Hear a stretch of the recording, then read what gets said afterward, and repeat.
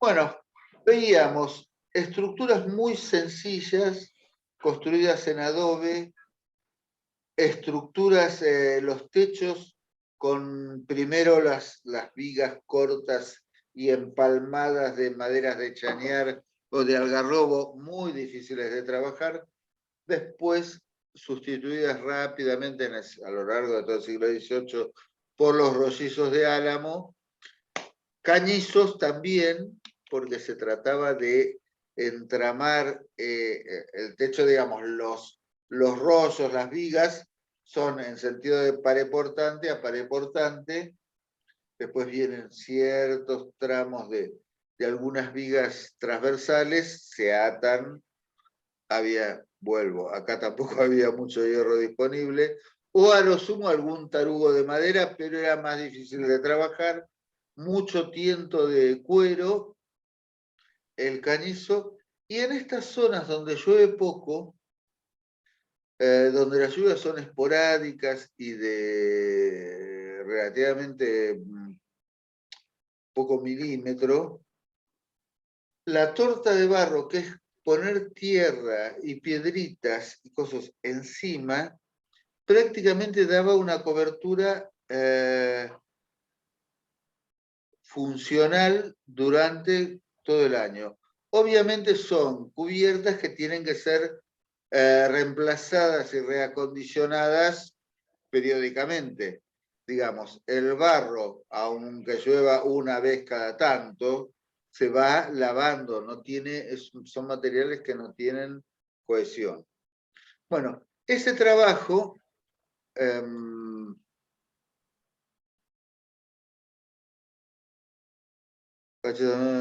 sí, bueno, me quedé sin batería. Bueno, no, Lorenzo hace ese comentario sobre el uso de materiales también similares, porque digamos, las tecnologías en determinadas épocas y en determinadas condiciones tienen similitudes en distintos lugares.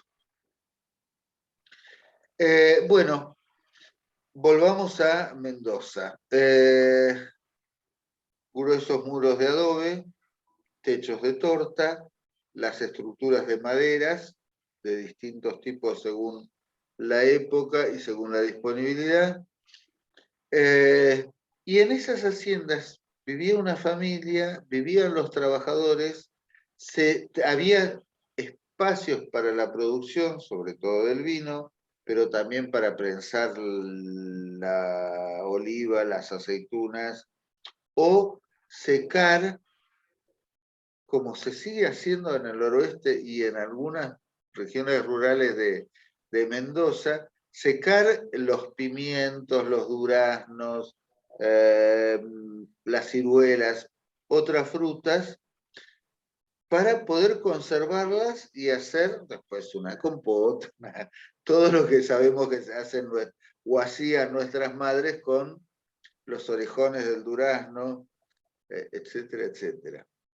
Digamos, son formas de tratamiento de los alimentos, de los materiales, con mucha tradición y que siguen siendo también elementos identitarios de regiones y de ciertas zonas de nuestro país y de otros lugares, porque las combinaciones son distintas, y es muy interesante ver cómo esto también tiene un ámbito espacial, una finca, en este caso, que ayuda a producirlos.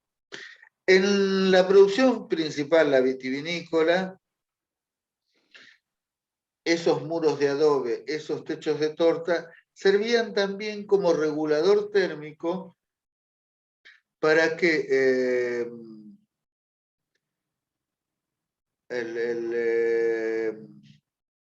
no me sale ahora la palabra.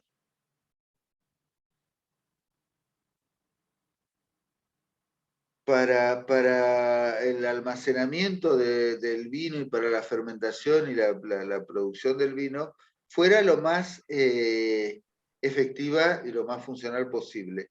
Estos vinos se crían con una temperatura más o menos estable, un nivel de humedad más o menos estable, y eso las viejas construcciones de de adobes, con estos techos se los garantizaban.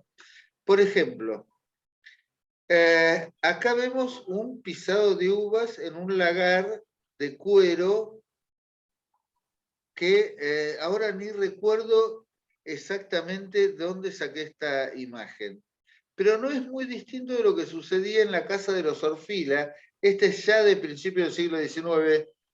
Piensen que quedan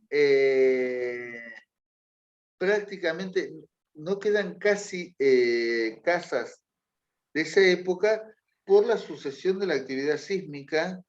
El peor de los terremotos que padeció Mendoza fue el de 1861, que generó casi el traslado total de la ciudad. Pero esta casa de 1800 es más o menos la estructura tradicional. Tiras de habitaciones, una galería muy amplia. En esta galería se producían muchas de las actividades productivas de las casas. Podía ser una enramada, acá ya está un poco más desarrollada. Fíjense las zapatas, etcétera, etcétera, las ventanas, algunas más modernizadas. Estas ya son bien del siglo XIX, avanzado, pero la ventana esta puede haber sido del siglo XVIII una cosa. El lagar, ¿cómo se prensaba el vino? El lagar es tanto el artefacto donde se prensa como el espacio donde se prensa el vino. Había dos tipos principales, el prensado a pata, el vino patero, se paraban en esta zona que era una estructura, travesaños y cosas, con un cuero, y por el rabo de la vaca, del cuero de la vaca, se escurría el vino y iban a ciertas cestas de mimbre donde también servían de colador para evitar el ollejo y las pepitas y todo ese tipo de cosas. Y después se terminaban de recoger en las ánforas que habíamos dicho la vez pasada. Podían ser de terracota o en odres, que también es cuero de animal, en general de cerdo porque son de menor tamaño, se cocían un trabajo muy sencillo. Se vacía en la carne y los huesos, queda el cuero, se tapan y se dejaba fermentar y se estacionaban en esos odres. Odres es una tradición antiquísima, lo mismo que las vasijas de terracota, y es un poco más moderno el tonel, que ya requiere un trabajo un poco más refinado. Había en algunos lugares, pero no en gran disponibilidad, toneles para los vinos mejores. Que dicho sea de paso, las calidades de los vinos de Cuyo y de otros lugares de la colonización, habíamos dicho que era imprescindible en cualquier lugar donde había españoles que hubiera producción de vino, porque era necesario para la misa, elemento sagrado para convertirlo en la sangre de Cristo. Pero había lugares donde esta producción era más especializada y a mayor escala, entonces había posibilidades de intercambios y de excedentes para el comercio. Cuyo era una de esas.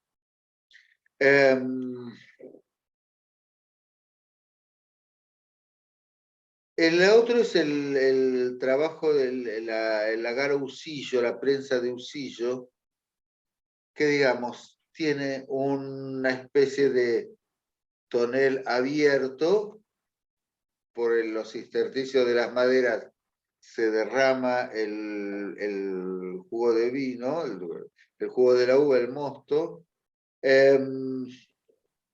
que sabemos, según se conserve y se fermente junto con parte del ollejo, o no, da vinos blancos, vinos oscuros, vinos tintos, etcétera, etcétera. Este es moderno, pero el sistema es básicamente el mismo. Hay una prensa manual que va bajando y por los intersticios se va derramando el vino que se recoge en un recipiente abajo. Prensa de usillo. Acá tenemos los lagares de cuero, y que encima, como en la zona de Cuyo también había zonas húmedas, esto que hablaba, tenemos 10 minutos hasta el próximo corte.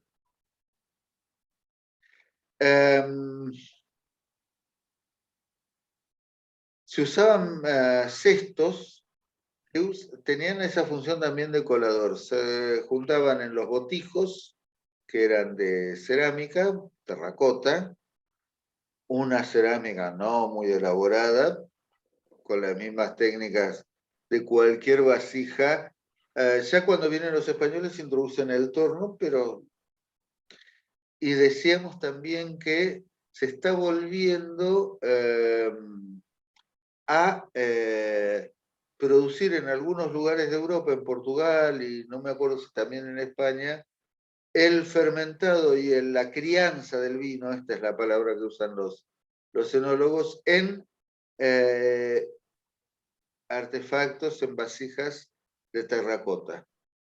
Pues tienen un gusto especial distinto a los añejados o criados en toneles de madera, que fue lo que prevaleció durante el siglo XIX y gran parte del siglo XX. Bueno, o los vinos estos producidos en Francia o en otros lugares donde había más disponibilidad de madera, sobre todo roble.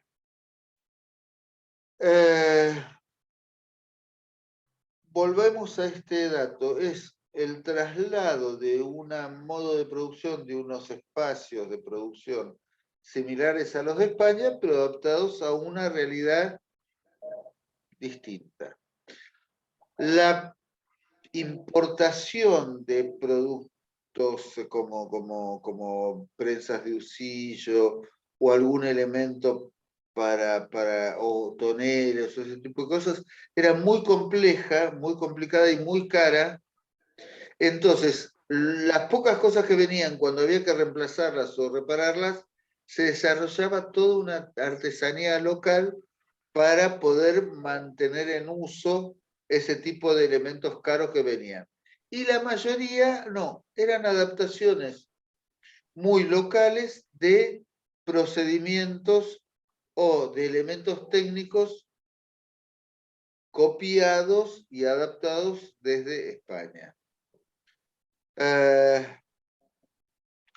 Cada una de esas unidades productivas tenía que tener montones de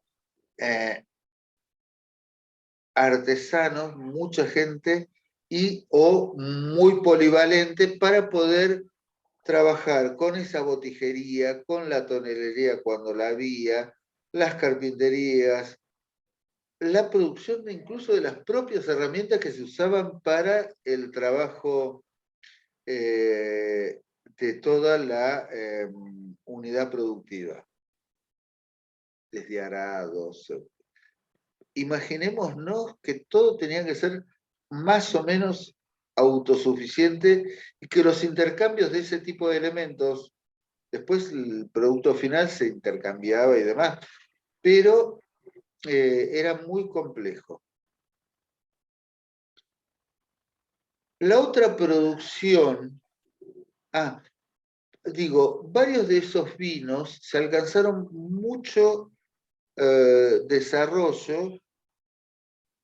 Los vinos de vela, que son un producto desarrollado en todo el ámbito del Imperio Español, pero solo en pocos lugares se daba con determinadas características. Perdón, aprovecho para mostrarles el odre, de las patas del chancho, en general eran de porcinos, cocido, donde se para evitar, y el derrame posterior, el vaciado del odre cuando ya el vino estaba en tiempo, se producía por el cogote o por alguna de las extremidades, sobre todo alguna extremidad inferior, para poder recoger el vino en un recipiente ya para ser trasladado o comercializado. A veces se trasladaban en los propios odres, pero ese es otro tema. Esto es un rollizo de álamo.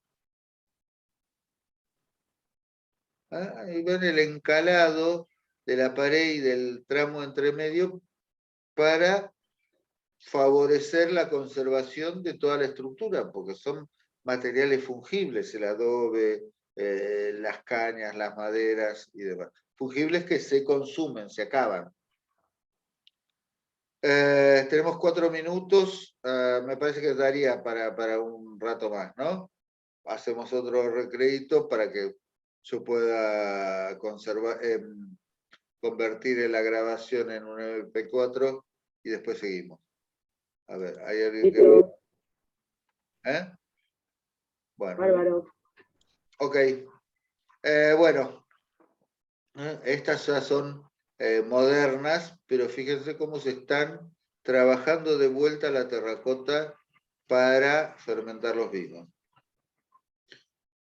Pero bueno, había vinos de buena calidad, otros de menor calidad, y la otra producción importante, véanlo porque está un poquito más desarrollado, y si a alguien le interesa, a su vez tienen las referencias de donde tomamos la información.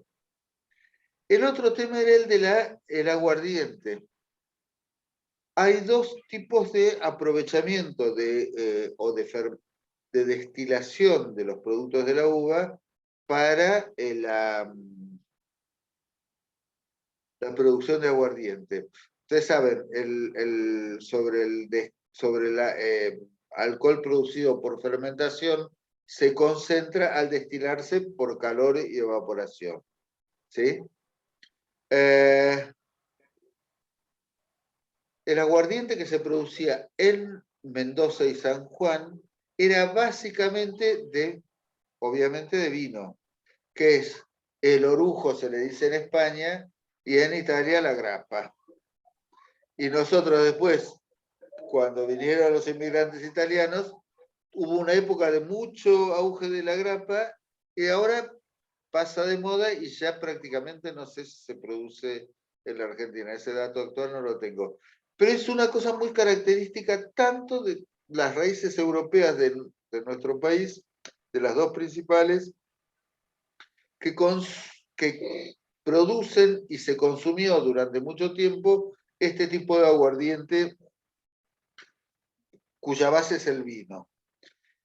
Y hay dos formas. El que se destila el vino ya producido o parte del mosto y del orujo machacado junto con el mosto y con cosas que se fermenta, después se destila normalmente es destilación simple, porque los destilados pueden ser simples, que es una sola destilación, dobles o hasta triples. Para algunos whiskies irlandeses buscan 3 destilaciones.